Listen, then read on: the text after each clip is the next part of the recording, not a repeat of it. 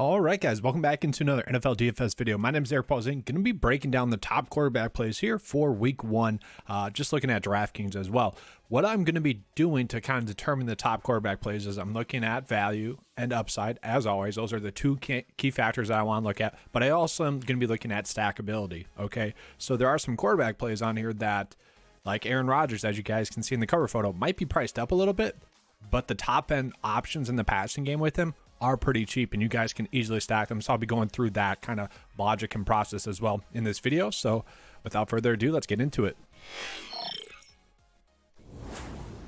The first quarterback play that I want to start off with is actually going to be quarterback Jameis Winston. Now, Winston had a very interesting season. He actually did, I guess you could say, better than expected. He didn't have a single game below 10 DK points, which I guess you could say is good. We know that they limited him a ton last year, and I think a lot of that comes down to the fact that the receiving core was a lot worse than I originally expected. Okay, Marquis Brown never made that next step, and all the other guys were just guys. You know, they're receiver number 3s, number 4s that are asked to be receiver number 2s, number 1s. Okay, now that they have Michael Thomas, now that they have Jarvis Landry and Chris Olave, that offense has gotten much better. You got Alvin Kamara back fully healthy. Like, this offense should be clicking. So you give Jameis Winston some more passing attempts, which I think will be there. I mean, the volume of passing attempts should be there more so. And just given the amount of quality weapons in a game that should be easy to score. And we know the Atlanta Falcons were not a good defense last year. He should be able to go out and hit value. And he's actually projected to be the second best value quarterback on the slate at 5.3. You look at his fantasy projections, it's the 10th most on the slate. So we're getting great value there. And like I said, you could kind of easily stack him. It would be for you to figure out which way you want to go. You could go Alvin Kamara even. I think he's going to get used in the passing game a decent amount. If you wanted to go like Michael Thomas, he's very cheap, as we can see. If he is fully back, like people have been saying, Michael Thomas is going to be a great stacking option. Jarvis Landry, I do think those targets will be there for him. He'll probably get 10 DK points or so. Chris Olave, going to be a hit or miss. I'll probably stay away from him so far in week one, but you can easily stack him. Winston, Thomas, and Landry, and you're got a pretty good stack, a very cheap stack as well. The next quarterback play that I like is actually going to be quarterback Derek Carr. Now, Derek Carr, the ugly side of it is that last year against the Chargers, he did not put up that many DK points. 15 DK points in the last outing against them, and then 15 DK points in week 4 against them. Like, that is not good. Okay, that would be playing to not even his floor, not even to the minimum value projection that we need him to hit. But on the slate, he is projected to be the 8th highest scoring fantasy football quarterback and the 3rd best value on the slate at 5.9 salary on DraftKings. We know the thing with Derek Carr, like, if Waller's healthy, you know, that's nice. He is going to have some improved weapons with Devontae Adams there, and kind of you just clear the air from last year. Okay, there's a lot of stuff going on with the Raiders last year that out of sight, out of mind right now. Like, they're going to be fully ready to go, new weapons, kind of new mentality going into the season. I think he can get to 20 DK points at this price point. And then obviously if you are doing that, you probably just want to stack him with Devontae Adams. I don't love that too much, but it is a route that you can go. He is at a cheap price point, Derek Carr, to the point where, yes, you can easily play him. After that, the next quarterback that I like is going to be quarterback Kyler Murray. Kyler Murray going against the Kansas City Chiefs, which is supposed to be the highest scoring slate in week 1. That is highly appealing. Obviously, you could go with Patrick Mahomes, but I'm just going to take the price discount with Kyler Murray, and he's really priced down this much because DeAndre Hopkins is out. They brought in Marquis Brown. You know, there's just some new faces to that offense, which I don't think it's going to change too much. Obviously, Christian Kirk's not there anymore. I don't think that offense is going to change too much, but he is kind of priced down compared to like Patrick Mahomes because of that. I don't think he's going to change really at all as a quarterback. I think he's still going to be efficient. I think he's still going to run the ball a lot. He should be a super safe play. Okay. And it is pretty easy to stack him. Like, you could go AJ Green if you wanted to. He is pretty cheap. I already mentioned Marquis Brown. I think he is very a safe play. Like, he should be able to hit 14 DK points. I think that makes a lot of sense. If Zach Ertz is back and healthy, we got to wait and see on that, but at 4.4, you could easily play him as well, and you got yourself a nice, safe stack there. So it is very easy to stack Kyler Murray in this week 1 slate, and that's kind of what I like about him as well. Now we're going to get into the cover boy, Aaron Rodgers. So this is where people might be scratching their heads because Aaron Rodgers is priced up, and obviously he lost Davante Adams. I'm sure by now you guys have all seen the stats where Aaron Rodgers is actually a better quarterback over the last few seasons when Adams is out because he's not heavily targeting Adams.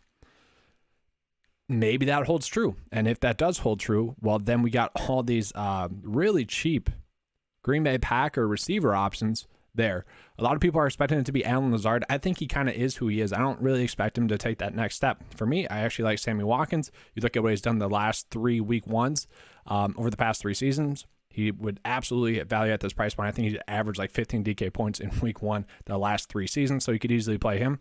I think Randall Cobb is going to be a phenomenal value here, just given the fact that he only needs like 2 catches to hit value, and just given the fact that Rodgers has talked about, hey, I need receivers that I trust. Obviously, he trusts Randall Cobb, so very easy to stack Aaron Rodgers in this game, and obviously going against the Minnesota Vikings, that's a highly appealing matchup given their secondary weaknesses there that they try to address that they just seem to have missed on thus far.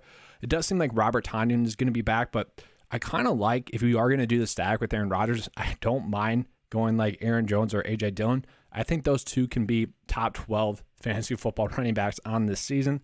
I think Aaron Jones is going to be much more of the passing down back. He's going to get like 4 receptions per game or so. So you could even go with Aaron Jones in that. And that's kind of a unique low-owned stack as well. Like, not many people are going to be on a stack like this. Now, I would suggest like going 2 of them only. So maybe you just go Aaron Jones, Randall Cobb, or Aaron Jones, Sammy Watkins. Like, you can figure out what you want to do from there. The point of it is this is like a cheap and easy stack that can easily hit. And then from there, this one is kind of ugly, but I just love the price point of him. I love kind of the way the offense is supposed to flow this year. And then I love the matchup going against the Washington Commanders. Now, the way I'm kind of looking at the Jaguars from last year is, let's just look at what they did kind of before the bye, before all the distractions really came in and hindered the season, before they knew Urban Meyer would be gone after the season, pretty much. And heck, they probably knew that after week 3, but you guys get what I'm saying. When the bye week hit, everything changed really. We can see that, like 19 DK points, 22 DK points, 17 DK points, 11, 8. That's not that good, obviously, but against Houston had 25 DK points. And we can kind of see the common theme there. He was generally able to take advantage of poorer matchups. Now, Trevor Lawrence does really struggle with accuracy, okay? He can put the ball by the receivers, but he struggles at putting them on the receivers. He has slightly improved, okay?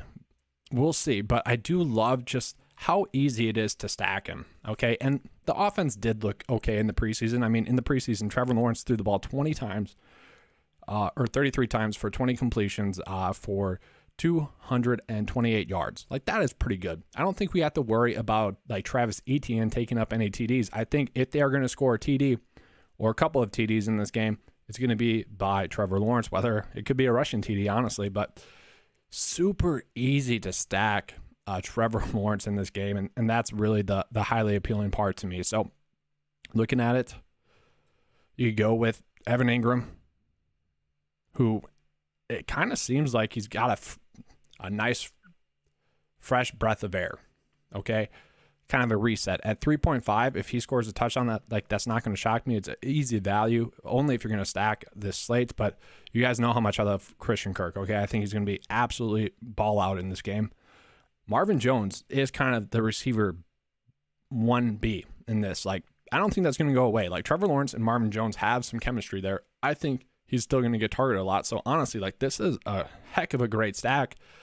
And on the same front, you can easily run it back with Terry McLaurin if you want to as well. Like, you could easily do that. Like, Dotson as well. Dotson's going to play a decent amount. Like, you could easily game stack this game if you want. And that's really part of the reason why I like Trevor Lawrence a lot on this site, especially given the price point. Given how cheap it is to stack him, that could easily be a profitable stack, both in cash and in GPPs. But that's all I have for you guys for this video. If you guys liked it, please give me a like and subscribe. That does help out the channel a lot. Going to be breaking down fantasy football, NFL DFS a lot this season. So, make sure to subscribe so you can catch all those videos. All right, thanks for watching, guys. And as always, let's keep cashing.